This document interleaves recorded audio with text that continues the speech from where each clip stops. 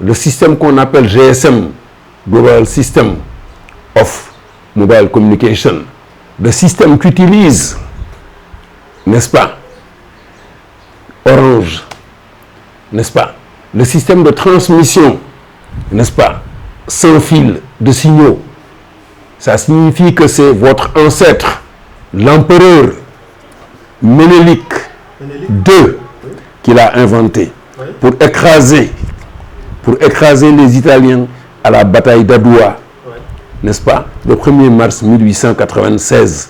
Comment Ménélique II a fait? C'est parce que Ménélique II savait que,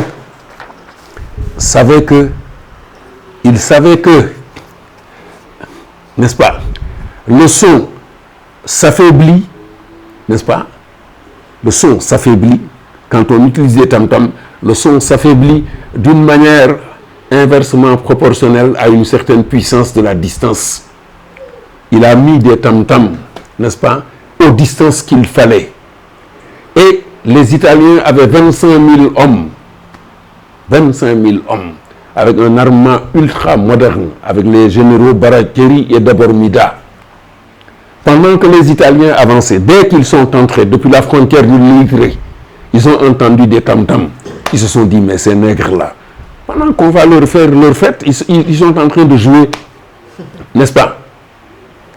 Ménélique les attendait à la passe de Bogali, dans le précipice. C'est là qu'il les a anéantis. Le gouvernement de Crispi est tombé. Ça, c'est une stratégie militaire. Non, mais le fait que, et je leur ai dit ça, c'est un témoignage d'un Russe qui s'appelle Yakov Perelman, dont j'ai le livre ici dans ma bibliothèque. Voici ce qu'a écrit Perelman et que j'ai révélé à un auditoire stupéfait et ravi. Système télégraphique par tam-tam. De nos jours, je leur ai dit, Perelman n'est ni noir, ni africain, ni noir américain. C'est un juif russe soviétique. Mais c'est un savant honnête. Ouais, c'est ça. Voilà.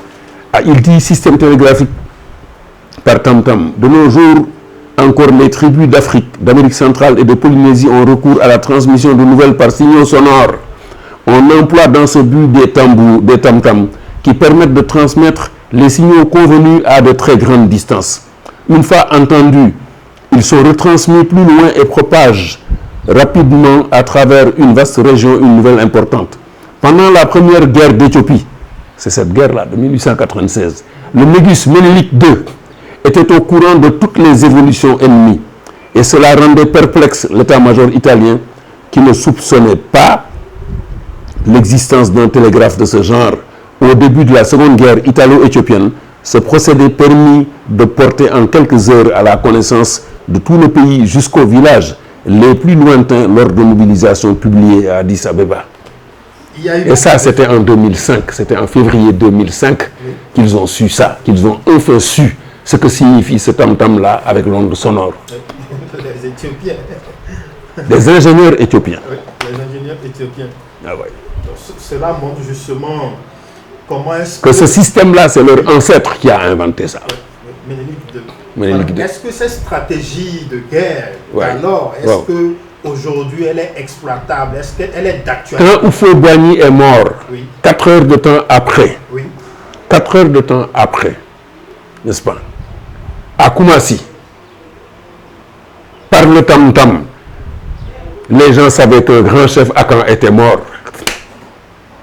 en Côte d'Ivoire.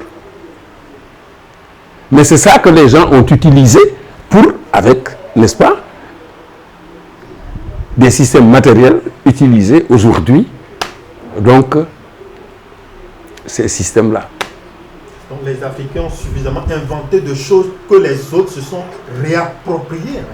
Mais en fait, ils ont été suffisamment intelligents.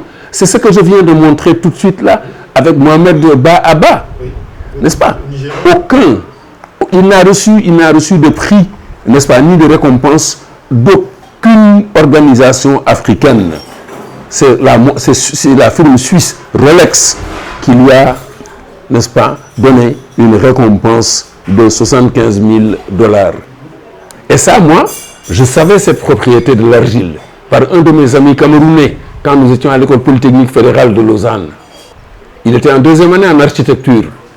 Et son projet, n'est-ce pas, c'était quoi? Il m'a expliqué, il m'a dit, tu sais pourquoi les gens dans la savane, quand il fait très chaud, ils ont des cases en argile et puis des toits de chaume? Parce que les toits de chaume filtrent et ralentissent les rayons solaires.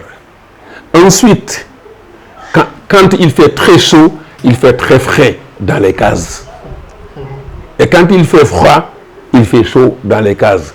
Il dit que mon ami camerounais là, qui est venu ici me voir en décembre 2020, il n'y a pas longtemps, parce que sa fille travaille ici à l'USAID, il m'a dit c'est parce que quand les gens ont été donc vaincus en Égypte et qu'ils ont quitté l'Égypte pour émigrer vers l'Ouest, ils ont oublié les bases scientifiques des technologies qu'ils utilisent toujours aujourd'hui encore. Ils savent, mais ils n'osent pas. Non, ils ont oublié ça. Ils ont oublié parce qu'avec le temps, ça s'oublie. Oui, parce que les gens, ils ont marché depuis l'Égypte jusqu'à l'océan Atlantique. C'est à l'océan Atlantique, c'est là qu'ils se sont arrêtés. C'est pour ça que Cheikh Anta a eu ce problème-là, avec donc tant d'intellectuels africains